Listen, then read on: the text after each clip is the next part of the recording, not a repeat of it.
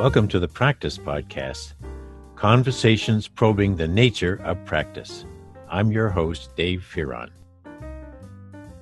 Every time I entertain a conversation, it's almost always about practice, even if I'm talking about the weather.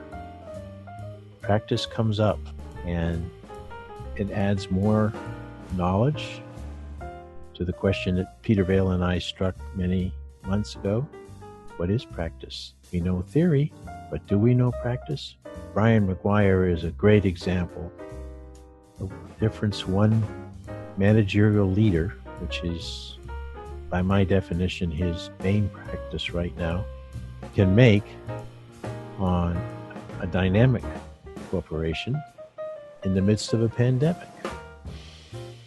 Leadership, managerial leadership, and you'll hear it in almost everything Brian says, what that means. The language of Brian Maguire is the language of someone who knows how to make very complex organization come together in a rich culture and perform at ever higher rates. Who wouldn't want that for their small business, medium company, or even large corporation? So the practitioner who is a true, authentic managerial leader can do a great deal at any level, and particularly at the senior level where Brian is, to make that happen. So the results of Brian's practice are the results of this corporation. Brian Maguire.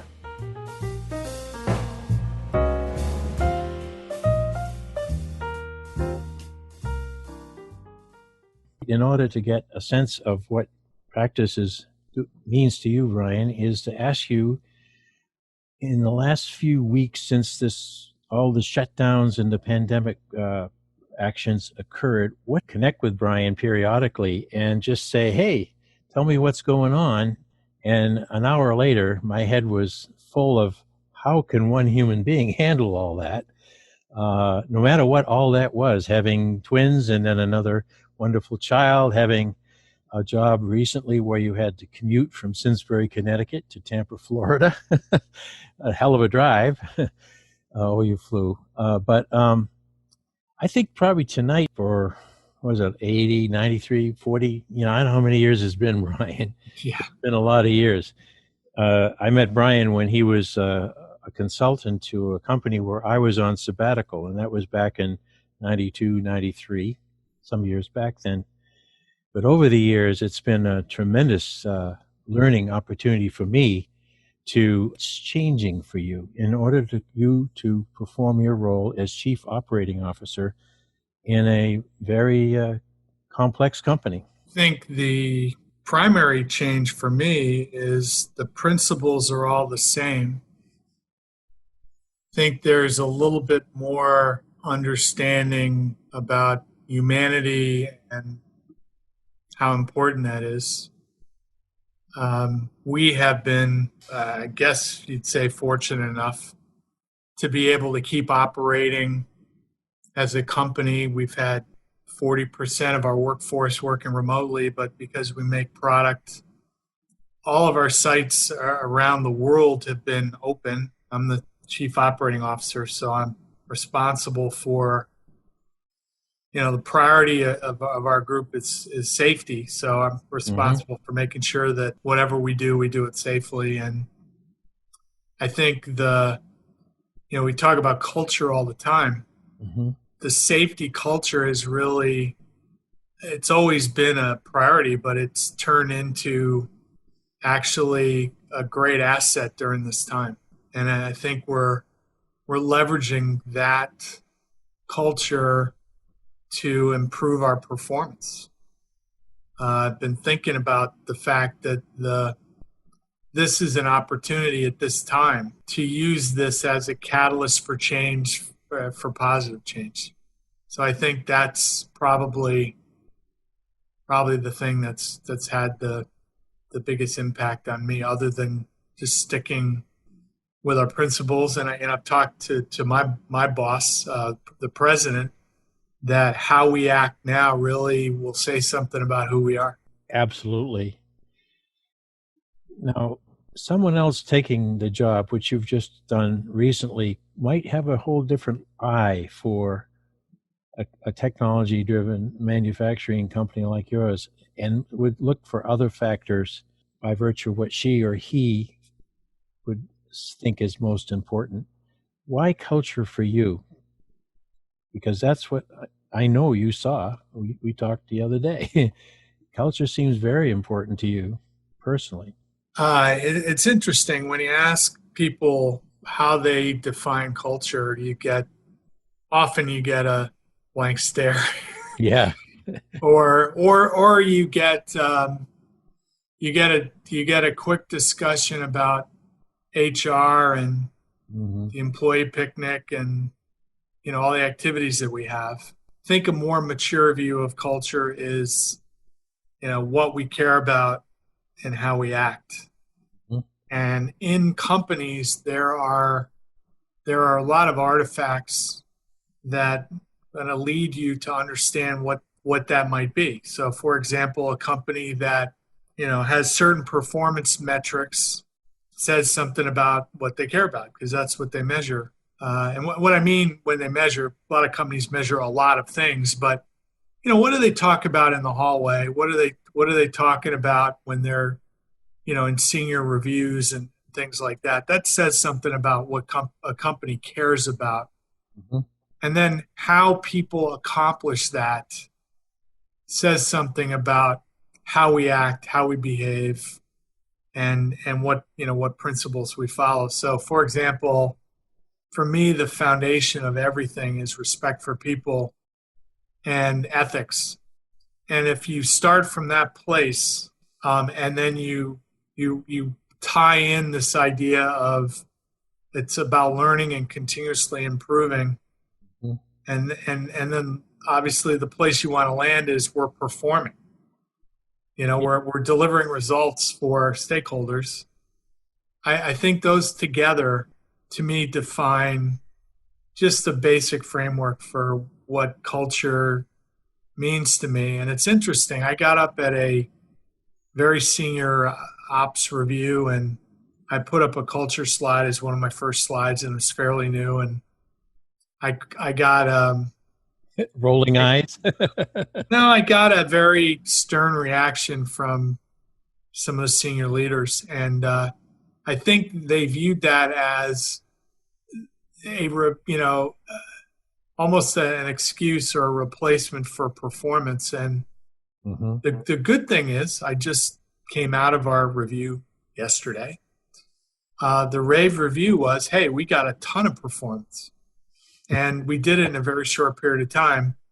And sure enough, I had people leaning over to me after and saying, we know a lot of it has to do with some of the cultural changes that we've been making, in addition to the tactical things that we're doing. I've even had people come up to me and say, how did this happen? How did this happen? Well, it's about we've been demonstrating that we care about certain things more than others, and we set those priorities, and we drive that behavior, and sure enough, we're getting what we care about. You said earlier in our talk here that where humanity seems to be showing up a lot more under these very different circumstances that we're all living.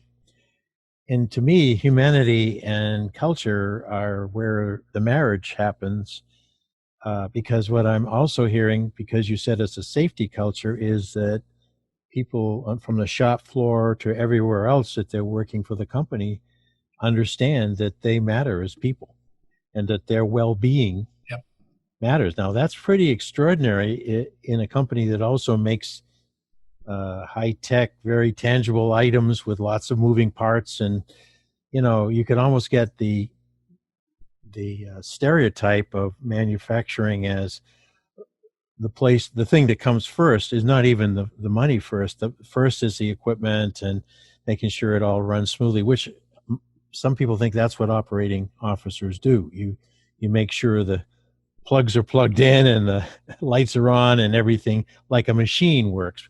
But I never known you to have that outlook, yet you've always been able to contribute to operations one way or another.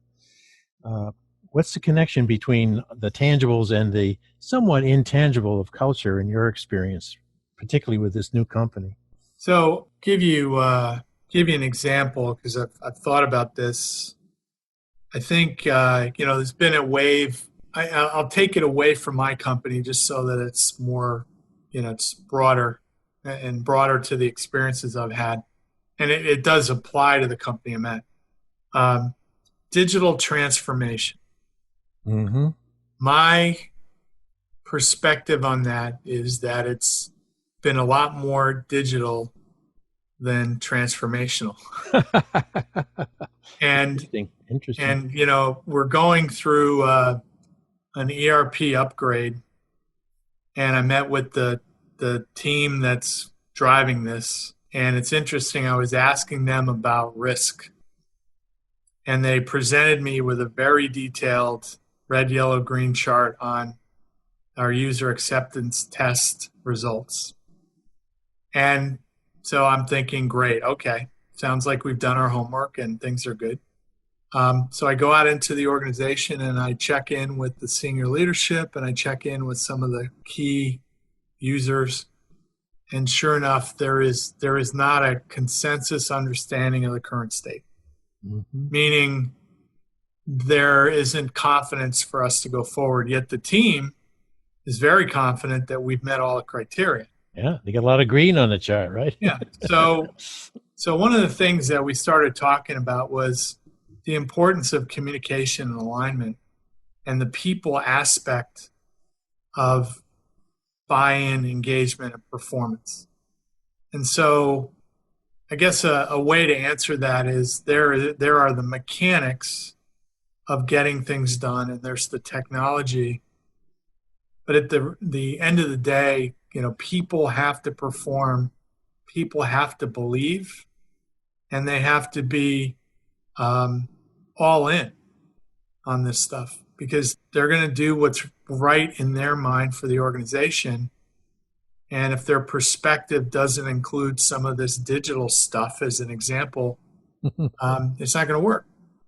Yep. So, back to the connection between people and, culture and performance, it really has to do with how do you get people to be authentically interested, engaged, and really in a learning mode to make things better and to deliver. And, we've talked about there's carrot and stick, which, I, at the end of the day, I don't believe carrot or stick is a good way to go. I think it's engagement.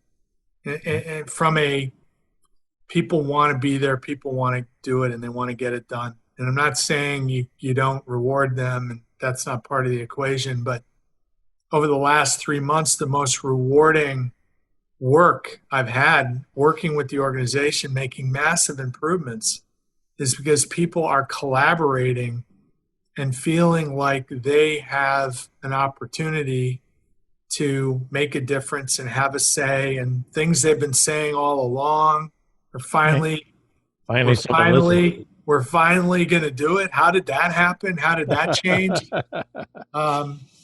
So, anybody listening, not naive enough to exclude, it's not all or nothing on any one thing. The reality is people need to be compensated fairly. They have to be in a safe environment. They have to like what they're doing to the best. To the extent those things don't exist, they erode from the ability to move forward. But, those things along with people at the end of the day, after they get a paycheck, they're going to spend that much time at work. They want to be challenged and engaged. And I think that's finding out how to tap that is really the challenge of the senior leader. And in my case, I know there's no formula. I think what you want to do, and it's been working well for me, is with each person figuring out what they care about, what they're good at, what their interests are, and how they want to contribute. And then get them lined up for the line them up for that. Yeah. Yeah. It's sort of like a practice within a practice within a practice. If you've got people who sincerely want to grow in whatever they do, they could be running a machine or they could be selling, whatever it may be. What I think takes them above the average or ordinary or meeting expectation line toward excellence is just what you're describing, that they really do want it. They want it for themselves, and they like to see it benefit the organization as well. And to have a large percentage of your total workforce who you're allowing, in the best sense of the word, to grow themselves through the practices, giving them more chances to learn, more chances to improve their technique, figuring out better ways to solve problems. It's a win-win all the way through. Well, and Dave, sorry to interrupt you. No, that's fine. I use the example of, and we're talking in generalities. There are always people that are there for a paycheck, and they're not, they're never going to be engaged. I mean, that happens. But for the most part, my meaning of life mantra is advance the human race by giving more than you take. And it just has served me well. And, you give before you get. And it's amazing how people start to be drawn into that. And so we've been doing these improvement events like everybody. And sure enough, you have these people who have been quiet, or, people have an opinion about them, and they're in a team, and all of a sudden they're making these unbelievable contributions. And I've time and again find out there's so much that someone knows or can contribute and nobody realized. And they end up turning into some amazing contributor because they were asked. Yeah, and maybe they don't even know how much they have until they've given this break to develop it. I think that's one of the neat things about having something inside of us that we know we can do very well, but we're really amazed, as they would be, when they turn around and find out their team's respecting them more, the numbers are looking great, and they go home to whomever is there and say, Jesus, what a great day I had today. Can you believe it? I was the most grumpy, pissed off person 6 months ago, and now I can't wait to get back to work. One of my big coaching points is I've had middle managers who have a perspective on people, and we taught this over my whole career to whoever I'm mentoring. Whenever you're in a performance situation and things aren't going the right way, you don't start with what's wrong with this person. You start with what are all the conditions that we've created that make it difficult for this person to perform. And if you start there, I've found about 80% of the time it's on us. It's not on them. And so we use the term, it's the process, not the person. Mm-hmm. What have we done? Once you've eliminated that, there are a few people where it is the person. That happens. Sure. But 80% of the time, it isn't the person. You've got a potential great performer, and they're being buried by whatever it is that the culture, the organization, the process, the systems, whatever we're doing, we're just not making it possible for them to do the best. You mentioned the middle tier of managers, and now you're in a position of much wider scope. You've got to cultivate within them then this perspective that you just shared, that they have to, if they find themselves looking for what's wrong rather than finding out what they could be doing differently with conditions, you have to cultivate them as well. Overall, though, you've inherited that leadership from the previous administration, if you will. You're telling me that the numbers are looking wonderful and performance is great. So are you winning some pretty good converts with them, or were they pretty much there before you started? Yeah, I mean, I want to be balanced. I think I walked into a good organization, very well run. Yep. The people are good people. Good, pretty good culture. Not this, I don't want to imply, I walked in the door and saved the day, and thank God I I came. don't see a cape on your No, shoulder. no, no, no. I don't mean that. I think it's just it's the unification of bringing everybody together, a good, already good performing group. This not so in this example, my current place, um, it's a good performing group, and now they're a great performing group. So some people might listen to this and say, well, I don't have a good performing group. So what do you do in that case?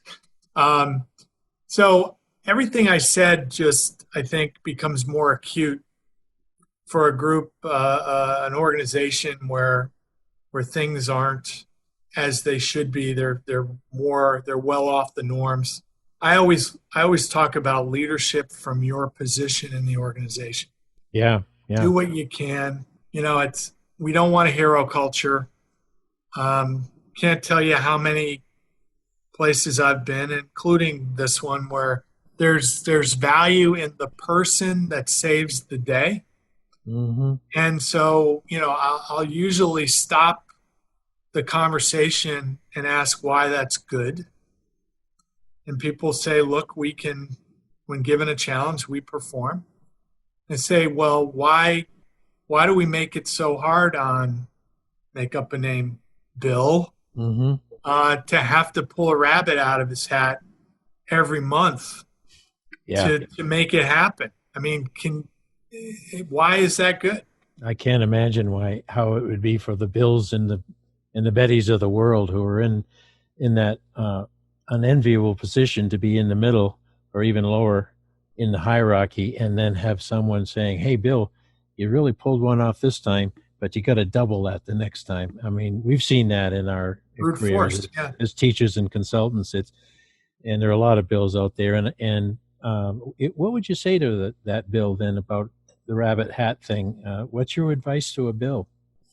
Well, it's not so much to Bill; it's to the organization around Bill.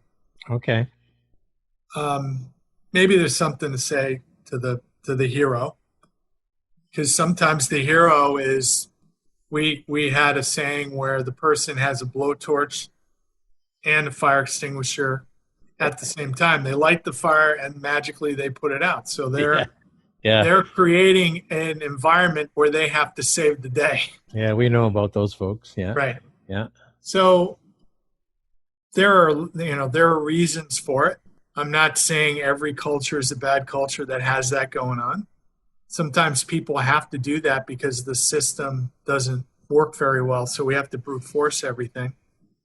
Sometimes it's personal because of the culture that we have. Individuals have to be valuable unto themselves, so the knowledge is power. I'm the only one who can pull it off. If that's what's going on, to me, that's a sign that you've got a not so good culture. No, and you better get someone else who learns what Bill knows, because we've seen many times when one person is taken on so much, and being the only one who knows as job security, that it's a devastating thing for the person and for the organization when they can no longer do that. Well, and it also says that there's a lot of risk, performance risk, because you're really relying on individuals to come through time and again. Yeah. Versus having a reliable system for, getting the performance that you really need to get to. Mm-hmm. And, so it's, I think in a well organized, good execution environment, which is what my job is to create, there's a lot more predictability, and individuals are not put in a position where they have to save the day. In your immediate work, do you have people you rely on for day to day? I don't mean a staff anymore, because I think those ideas are very, very old. But who do you work with in order to reach every corner of this complex organization that you're?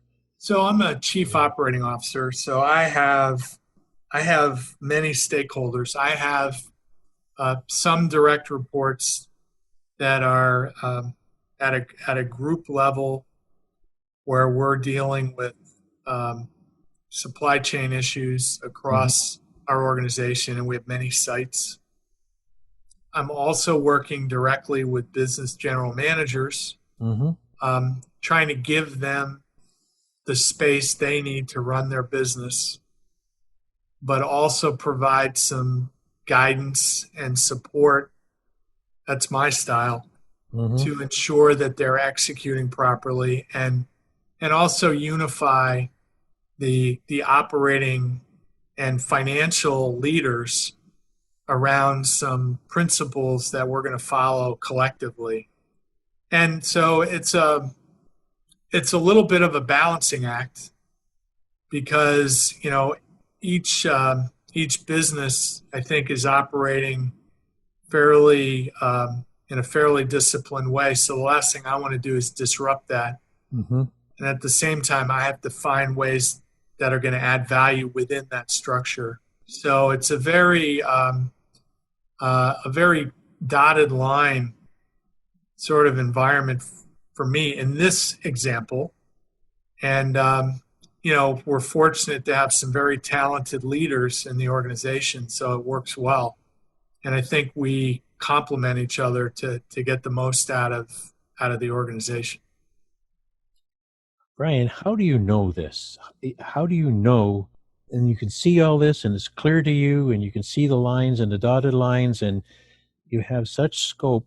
How do you know it? How have you come to know how to be you the way you are in this particular practice? Simple question, right? Yeah, sure. Yeah, right. Yeah, it's easy. I think you get tested over time, and you learn from your experiences. And I'm still learning, but I think at the end of the day, you have to have for yourself an anchor and some guiding principles that will allow you to be authentic while you're dealing with very different personalities and leadership styles that you have to adapt to be effective. Yeah, without losing yourself in the bargain. So, right, as you say, it's a balancing act. What are some of those principles, your personal principles that help you? Well, I think I mentioned earlier, I think respect for people and ethics is a foundation. This concept of continuously improving what matters. And I want to talk about that in a second. And then, delivering value. And it's not just customers. It is customers. Sometimes we don't really understand what customers value. I could talk for hours on that. Oh, yeah. But it's employees, it's suppliers, there's a whole universe. There's shareholders, obviously.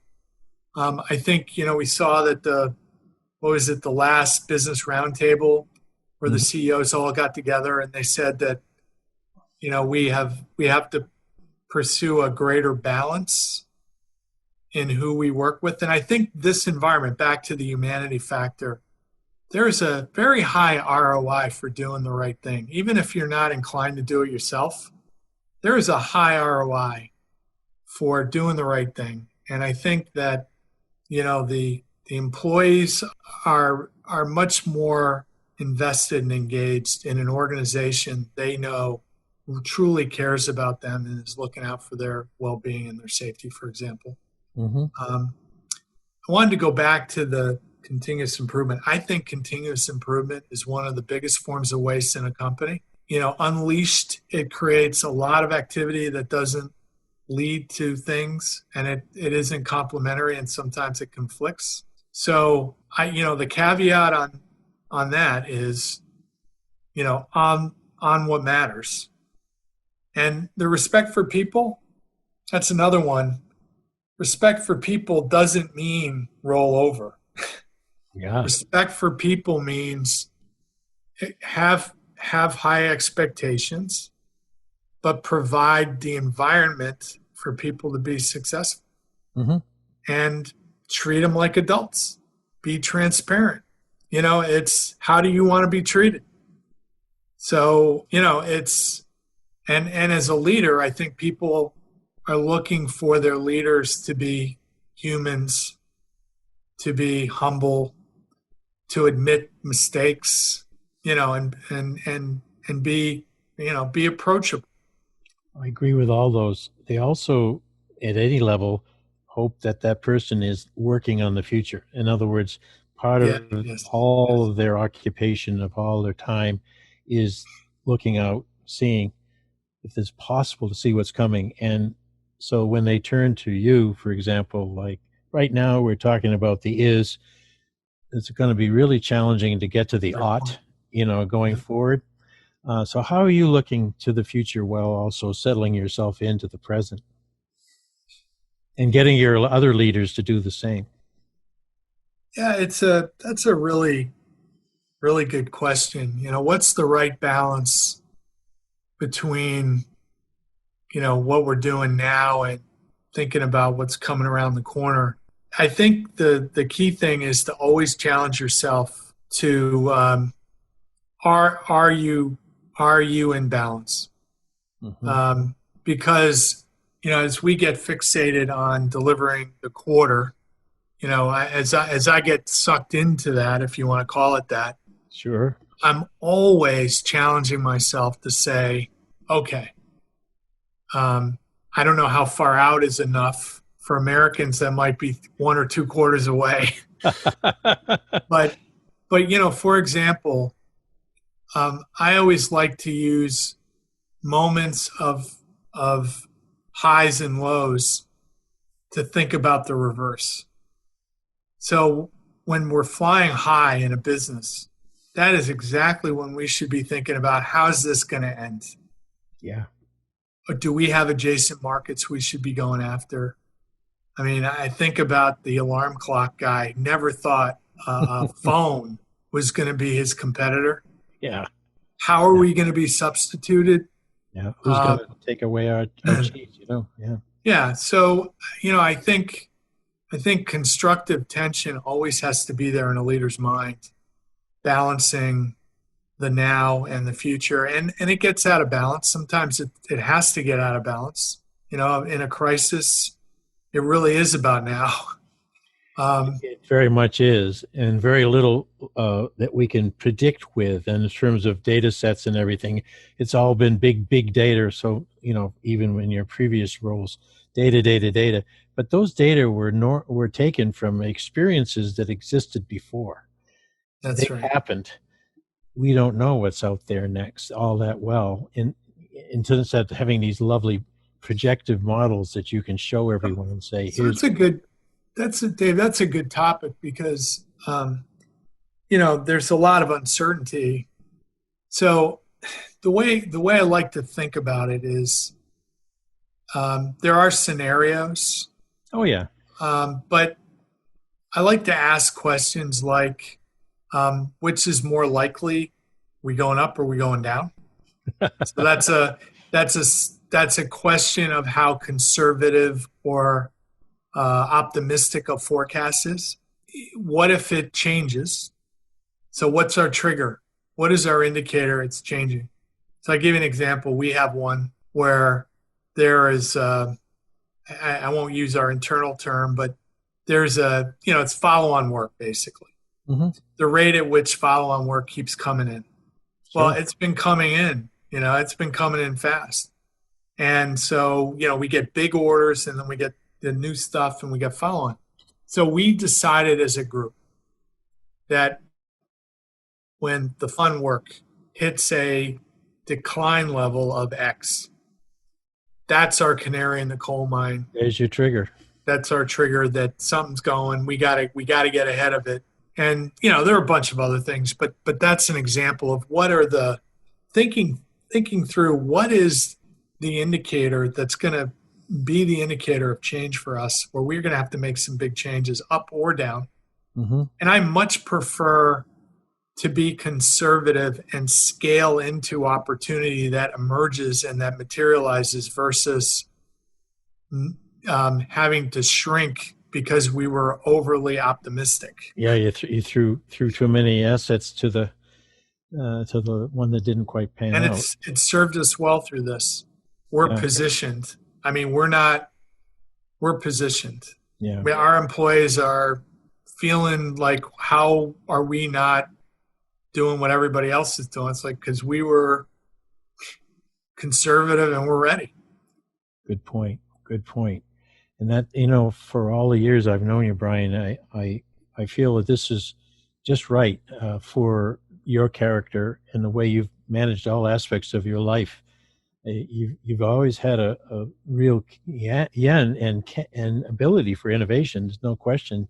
You'd be loved to throw the long ball and see where it lands, but in the meantime, you have to figure out every inch of the way that ball's going to be traveling before it lands, and because you've got that kind of analytical balance between hope and well, let's get serious. There's a good point in there, Dave. And I've used this. I use this analogy where we do have to have a kind of a focal point on the horizon we want to go after, Mm-hmm. and be comfortable with the fact. I use the analogy of climbing a mountain. I know I'm going to the top of that mountain. I see the peak. I can't tell you every rock I'm going to step on the way. I don't know. How loose the soil's going to be on the way. Yeah, up. I have no idea. I mean, I just know I'm going there and I'm going to react when it hits me. And, I'm going to go left, I'm going to go right, I'm going to keep going up. So I think back to the triggers have to do with when are things changing. There still is this need for a focal point in the future, thinking about what that looks like. And I think you have to be disciplined about putting some of your mental capital and financial capital into that investment. And it could be, every company's different, organizations are different. It could be, we put 2% of every dollar we take in or we earn. There's always something going into the future that doesn't necessarily need a business case that's airtight. Well put. Well put. Yeah, exactly. You mentioned earlier that you wanted to say a little bit more about what matters. I'm sure in many ways you've talked about that as we're moving down toward the end of our time, but I know what matters to you. How did you find out what matters to the people you joined, and then how have you melded that into something that governs decisions, like deciding what matters? I'd say that this organization was very thoughtful. They are very good at execution, financial performance, developing new technology. So from a innovation of a priority they hadn't thought of, it wasn't that. It was balance. The organization tended to be student body left, student body right. Like we're all going this way and we're all going this way. But to me, the challenge has been, how do you get people on the front line to understand the trade-offs they should be making? Yeah. I'll give you an example. It's just really easy to talk about cost, but sometimes cost doesn't matter. Mm-hmm. I mean, it's de minimis compared to some other performance element that we care about, like we got to get it to the market, right. or I need one, and it's such a small price in the total cost of everything. I'll pay a little more for one, so I don't have 18 on the shelf, and I just bought 18 I'm never going to use. It's very smart, very pragmatic stuff. How do you get frontline people to understand? I mean, it's not that they're not smart and they can't understand that when you talk to them. It's just in the heat of the moment. How do you make good decisions? So I think it's getting that maturity of alignment and sense of balancing and trade-offs, and what do the trade-offs mean? It's not We need to make money. Yeah, okay, got it. Got it. I mean, okay, got it. And actually, what does that mean? Translating that into the language of the organization. The great example is when we used to go to theaters. Yeah, I Um, remember those days. you'd get the offer on the popcorn, and you get this giant tub of popcorn that you could never finish, or at least I couldn't. And for 25 cents more, you can get unlimited fill ups, as long as you're watching the movie, not forever. And I would say, no, I can't even eat what I got. And the person on the other side of the counter looked at me like I'm an idiot. Like, don't you understand the discount you're getting for like double what you got? That's what I'm saying. It's a mindset. It is. It's a mindset. So how do you get everybody thinking that way? And I think that's a great quest for the organization you're in now, and any organization of any listener. It does come, no matter what you say, it comes to who's doing the work face to face with the process and with the people, Right. and ultimately the customers. And they have been underrated, underpaid in so many ways, in so many places, that when this comes back around, I think people are going to think very hard about whether they want to be in positions where they are not valued, and particularly not just what they can do with their hands or how many buttons they can push on a digital machine, but how they can think and make those determinations right there in the cell or in the office, where they say, yeah, I'm not going to buy that bucket of popcorn for the company, and we'll take this, what we didn't spend on it, we'll spend it on something that adds value. It's very basic, but unbelievably overlooked in many cases. I don't want to underestimate the existential challenge that is facing generations that are coming along behind us. Yeah. Our kids, are doing well, doing great. But I'm seeing the difference in how they have to look at. Well, they look at work differently. In addition to that, is just how what jobs are, what they look like, what they're going to look like, the value of a college education, the way it's structured today, given the price. Up in the air is a question. Yeah, it's a very, I think, back when I was a kid, there was a clear path. You didn't question it. It cost X. This is what you get. It's what you do. It's where you go. It's how it works. More or less. Not that I was getting all that guidance, but I figured it out, and there was a method to that. I just think the rules are changing, and it's a challenging environment, and the environment we're in now is going to create even more change, more catalysts for other things. I'm sure we're going to come out the other side, and we're going to learn a lot, and we'll adapt as a society, and it'll be all good. But it's different.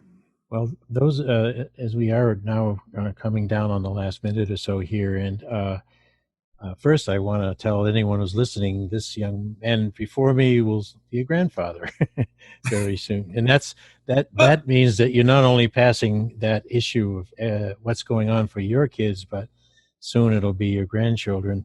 That puts it out a few more years, and I think we should be optimistic for them, as long as people who now can voice better ideas and encourage much richer and more reliable cultures have their way. If they're suppressed and put out on the sideline, and the people who kind of brought us to this mess in the first place still get to have it their way, I think it's not going to be that good. But I've got a strong feeling, and this isn't a political statement, it's a teacher looking at human potential, and saying, this is going to really open up potential in great new ways for everyone. I am so encouraged and proud of the generation coming up. Yep. I know people have different views on that, and I have so much faith in how they think and where they're going. Yep. They do think and they do learn, and they're learning well outside the little boxes of learning that or instruction that we placed before them in colleges and in other schools. So that's the good thing. Brian, last thoughts about Brian Maguire and your really very, very effective practice as a managerial leader, as my friend Peter Vale would call you, a managerial leader. So what's your question, Dave? You got to say something really amazing and profound. Okay. Or you could just say, "Oh, I'm tired, Dave. I've had a hell of a long day." No. I thought you were making a statement. I'm sorry. I was. Every one of my questions is speeches. I don't know how to do this very well. Yeah. Are you saying what's my closing argument? Yes. No, I'm saying that you are a managerial leader, a very successful one, have been for a long while in a number of roles. And we've talked about being optimistic about young people, but what hope can we take from your example?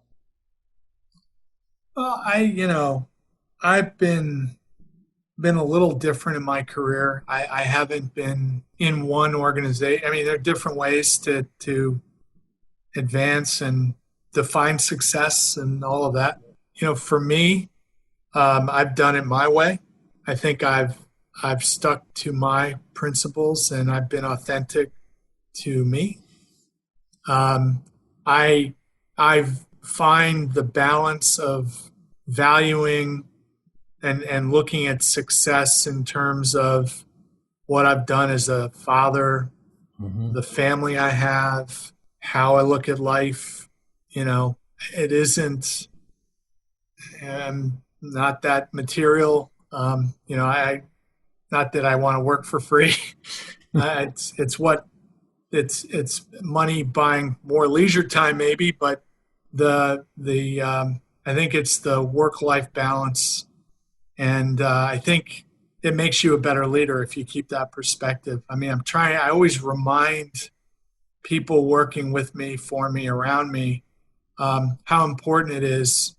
We're all better at work together if we're balanced and we're not just sacrificing constantly for the workplace. And a great friend of mine, colleague, said to me many years ago, your colleagues, and some of them might be because if they're your friends, but when you're on your deathbed, it's your family that's going to be holding your hand, hopefully. It's not going to be the people you worked with, typically. So just remember that. If you need that to counterbalance being at work all the time. Yeah. Brian, this has been terrific. I can't thank you enough. I wish very much that my other half, in this collaboration on the podcast, were still hearing this, because I know he'd be asking you some really great questions, but I also can hear him saying at the end, "Now, David, that's what I asked for." Because when we were talking about bringing these conversations into three people talking instead of just the two of us, Peter Vale and I, he once said, we had a managerial leader in one of our podcasts, which you may hear at some point, John Uliano, and Peter said, "Boy, he's masterful and yet he's humble." And he has made a transformation in a tiny little company out in Gilman, Connecticut, that's truly remarkable in the same sense. He is an operating officer. And in fact, when they were building up the capacity for hospitalizing patients, his company that for 100 years or so just extruded backings came up with a innovation like that and produced these petitions and even these form beds, and it was like that. Yeah, that was John. So great. Peter would be saying, "Okay, now you've got two of these guys, who love seeing things get done, and they truly understand it's the people, then the technology." Yep. That's Brian Maguire. Right on. Thank you so much. I'm a happy guy.